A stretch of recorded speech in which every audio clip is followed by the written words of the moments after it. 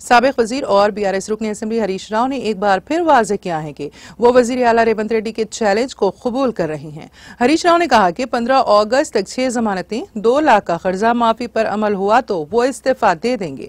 हरीश राव ने सिद्दीपेट में मुनक़िदा press conference खिताब किया। उन्होंने कहा कि कांग्रेस का बॉन्ड पेपर बाउंस हो गया है। क्या वजीर आला रेवंत रेड्डी अपना वादा पूरा नहीं करते तो इस्तीफा देंगे? हरीश राव ने कहा कि आइए इन दोनों के इस्तीफे प्रेस एकेडमी के चेयरमैन को पेश करें। उन्होंने कहा कि वजीर आला रेवंत रेड्डी की जानिब से इस्तीफे का मकतूब वसूल होने के अंदरून 10 मिनट मैं अपना इस्तीफा का मकतूब रवाना कर दूंगा और इस्तीफे को स्पीकर के फॉर्मेट में जमा करा दूंगा। अगर 15 अगस्त तक 6 जमानतें और कर्जा माफ कर दिया जाए तो इस्तीफा कबूल करूंगा। उन्होंने कहा कि वो रेवंत रेड्डी को सिद्दीपेट मदऊ करेंगे और उन्हें शॉल उड़ाकर तहनीत पेश करेंगे।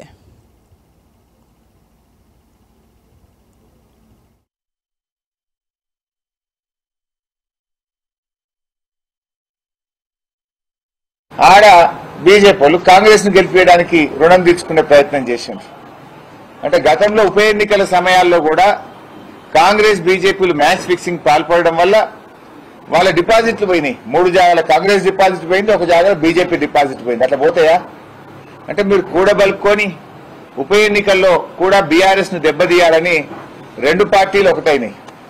లోకమంతా మీరు తిట్టుకున్నట్టు కొట్టుకున్నట్టు ఉంటుంది. తెలంగాణకు వచ్చేసరికి బీఆర్ఎస్ ను చూస్తే ఇద్దరు ఒకటైతారు. ఇడ చీకటి ఒప్పందం ఉంటుంది మీ ఇద్దరి మధ్యలో. ఈ విషయాలను తెలంగాణ ప్రజలు బాగా అర్థం చేసుకోవాలని చెప్పి నేను కోరుతా ఉన్నా.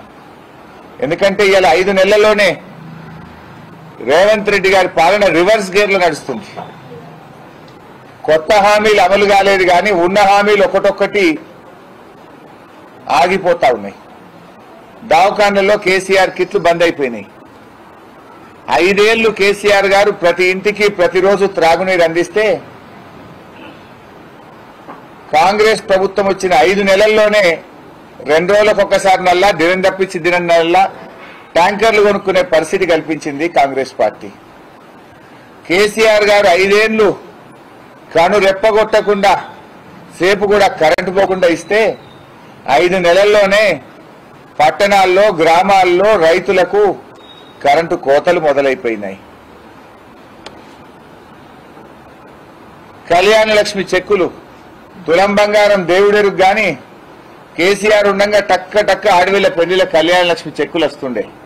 ఇలా షాదీ ముబారక్ కళ్యాణ లక్ష్మి చెక్కులు స్లో అయిపోయినాయి. దానికోసం అక్కజల్లలు ఎదురు చూస్తున్న పరిస్థితి వచ్చింది. అంటే మీరు 5 నెలల్లోనే ఇలా మీరు పరిపాలనలో కొత్త ఇవ్వకపోగా పాతవి కూడా ఆపేసిండ్రు. ఇవాళటికి 3 ఎకరాలు 4 ఎకరాలు ఉన్న వాళ్ళు కూడా రైతు బంధు వల్లే.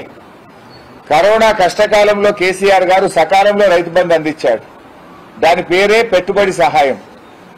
కల్లాలకు వడ్లు వచ్చినాయి, మార్కెట్లకు వడ్లు వచ్చినాయి, పెట్టుబడి సాయం ఇంకా రాలే. ఇక అది పెట్టుబడి సాయం ఎట్లయితుంది?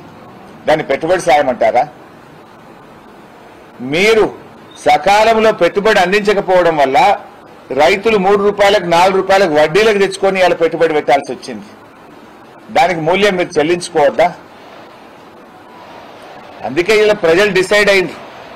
చెక్కు బౌన్స్ అయితే శిక్ష ఎట్లా వేస్తారో బాండ్ పేపర్ బౌన్స్ చేసిన కాంగ్రెస్ పార్టీకి పార్లమెంట్ ఎన్నికల్లో బుద్ధి చెప్పాలని ఇవాళ ప్రజలు డిసైడ్ అయింది. అది నీకు అర్థమైంది కనుకనే నాడు ప్రామిసరీ నోట్ అన్నావు, నేడు గాడ్ ప్రామిస్ల పేరు మీద కొత్త నాటకం ఆడుతున్నావు. నువ్వు గాడ్ ప్రామిసులు పెట్టినా, మదర్ ప్రామిసులు పెట్టినా, ఇంకేం ప్రామిసులు పెట్టినా కాంగ్రెస్ పార్టీని ప్రజలు నమ్మే స్థితిలో లేరు. రేవంత్ రెడ్డి ఇంకో కొత్త నాటకం